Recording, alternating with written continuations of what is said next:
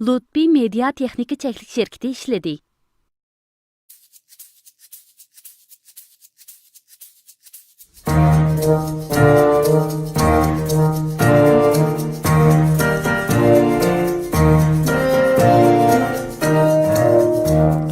Beş olmak maymunçak sakrab oynadı.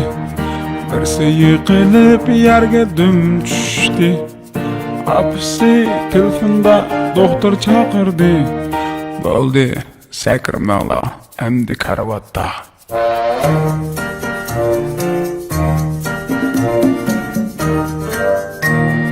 Dört olmak maymunçak sakrab oynadı.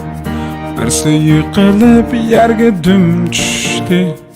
Apisi telefonda doktor çağırdı.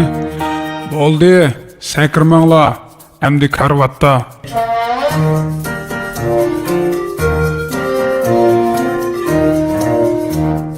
Üç umak maymunçak sakrab oynadı.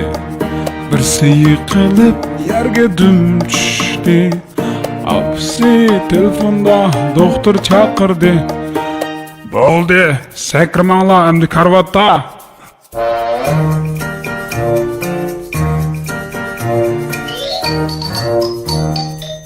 İki olmak maymunçak sakrab oynadı. Birisi yıkılıp yerge düm düştü.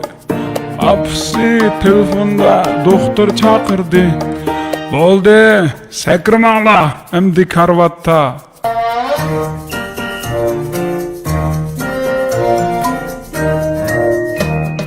Bir olmak maymunçak sakrab oynadı. Omu yıkılıp yerge düm düştü. Apisi telefonda doktor çağırdı. Hey yağaç kulakla emdi karvat sakramalı.